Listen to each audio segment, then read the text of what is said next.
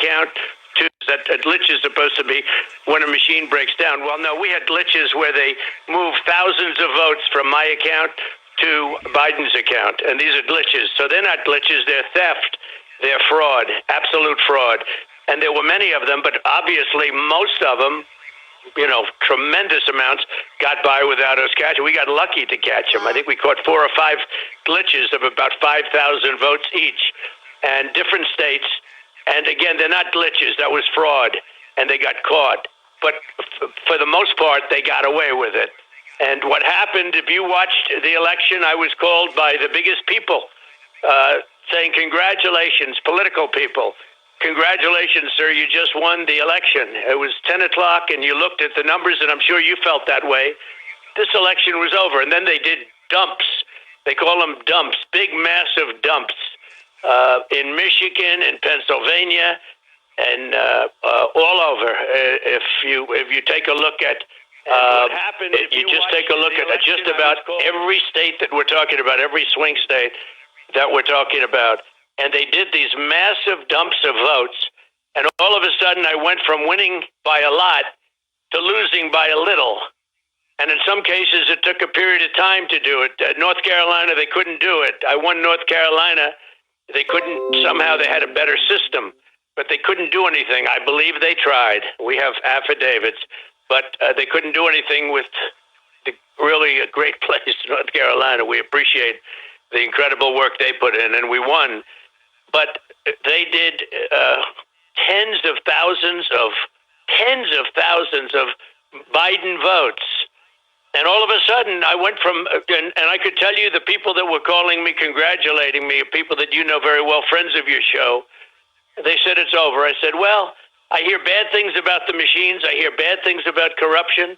One of your great pollsters who actually got it right, you know the gentleman I'm talking about, he said, well, Trump is going to win Pennsylvania, but you have to allow at least 5% for cheating, because they cheat. Right. And that's in Philadelphia and various areas around Philadelphia. They cheat, and they cheat like crazy. So we have him winning Pennsylvania, but you have to allow 5 points for cheating. This is a terrible thing that's happened. The mail-in ballots are a disaster. They sent millions and millions and millions of mail-in ballots. I'm sure you know people that got 2, 3, or 4, because I do, where they said, we got 4 ballots. They got one at a country home. Dead people were seeing ballots. But even worse, dead people were applying to get a ballot. They were making application to get ballots. Many. And, we're not talking about 10 people. We're talking, there are a lot of dead people that so-called voted in this election. But dead people were, in some cases, in many, many cases, thousands of cases, voted. But also, dead people made application to vote. They were dead 10 years, 15 years, and they actually made application. This is total fraud, and how the FBI and Department of Justice, I don't know, maybe they're involved, but how people are allowed to get away from this stuff with this stuff is unbelievable. This election was rigged. This election was a total fraud, and it continues to be as they hide. And the problem we have, we go to judges, and people don't want to get involved. The media doesn't even want to cover it. I mean, you're doing something. You're actually very brave, because you're doing something. The media doesn't want to talk about it. They know how fraudulent this is. It's no different than Hunter. It's no different than Hunter. They don't want to talk about Hunter. So they totally closed it off, big tech and the media, other than the New York Post, as you remember, which took a lot of heat. It was terminated. It was terminated from, I guess, Twitter, maybe Facebook. But it's a situation the likes of which we don't have freedom of the press in this country.